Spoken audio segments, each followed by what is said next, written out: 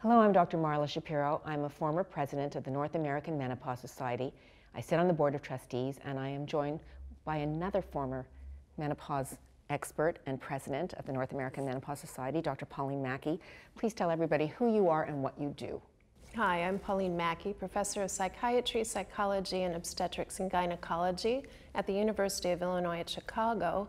And our work focuses on the psychological symptoms of the menopause, particularly mood and mental abilities, thinking, memory, attention.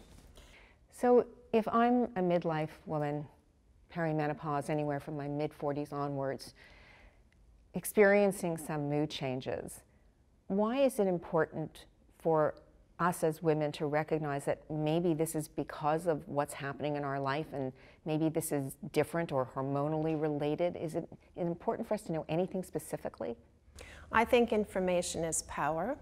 And I think it's important that women understand how hormonal transitions in their life affect how they feel, affect their moods. Most women are aware when they get pregnant that there's a possibility that they may experience depressive symptoms that can disrupt their lives in significant ways.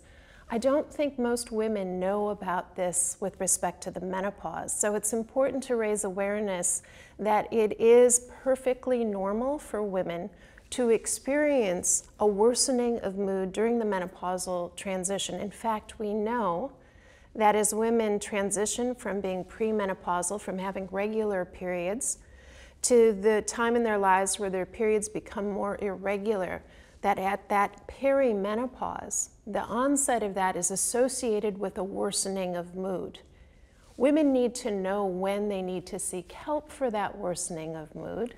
So that's exactly the question. So if I'm a woman, I'm feeling more agitated and having periods of feeling a little unhappy, when do I begin to recognize that maybe this is because of the hormonal changes, or maybe this is something more, and is it something that I should actually pursue because so many of my other friends feel the same way too? It tends to normalize it and minimize it. So the changes in mood during the menopausal transition, the depressive symptoms, it's important to recognize when those changes co-occur with the onset of menopausal symptoms like hot flashes and night sweats. And most women will sense that when they wake up at night because of sweating and their sleep is disrupted or possibly even extended, it may go too long, it may go too short, that the next day there is this worsening of mood. Research shows that that significantly affects a woman's quality of life, particularly if these symptoms are persistent. It's important that a woman know that she has options for preventing that cascade of events that can contribute to this decrease in her overall well-being. And in that case, she needs to describe that to her provider and consider therapies that can treat the initial cause of the sleep disruption and the mood, and then she can see whether or not her mood is improved. So are there any things that I can ask myself that will help me to decide whether or not this is the night sweats and the lack of sleeping that just has me really sort of short-tempered and unhappy, or there's really something more significant going on that I'm not really paying attention to? It's important that women know that sometimes it can be the menopausal symptoms that trigger these events, these feelings of lower mood. Sometimes it's other things in a woman's life that can trigger it. Children leaving the home, children coming back to the home. Partnerships and marriages being disrupted, coming to terms with getting older. Also, both can take place.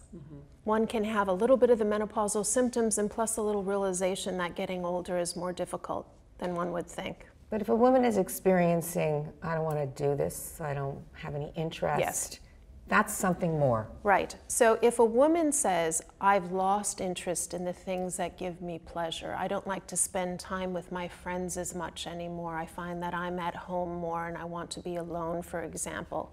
If it disrupts social quality of life, if it's disrupting relationships, if it's disrupting work-related quality of life, then it's important to seek help.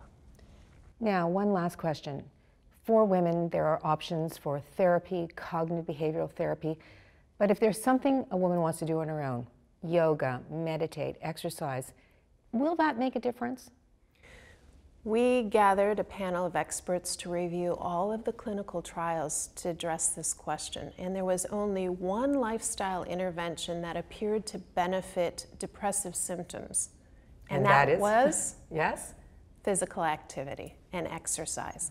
Indeed, most women don't know that even for people with depression, physical activity in randomized trials, in the best quality scientific designs we have, has effects that are sometimes as great as antidepressants. Now, that doesn't mean that a woman should do that in lieu of taking an antidepressant, but physical activity we know changes the chemicals in the brain to promote better feelings of well-being.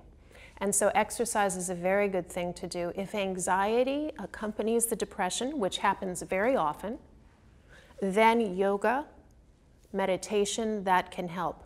Neither of those, however, are recommended when the depressive symptoms or the anxiety symptoms are so severe that they disrupt a woman's ability to function in her life. There, it's really important to get treatment. Such important messaging. Thank you so much for being with us. Thank you.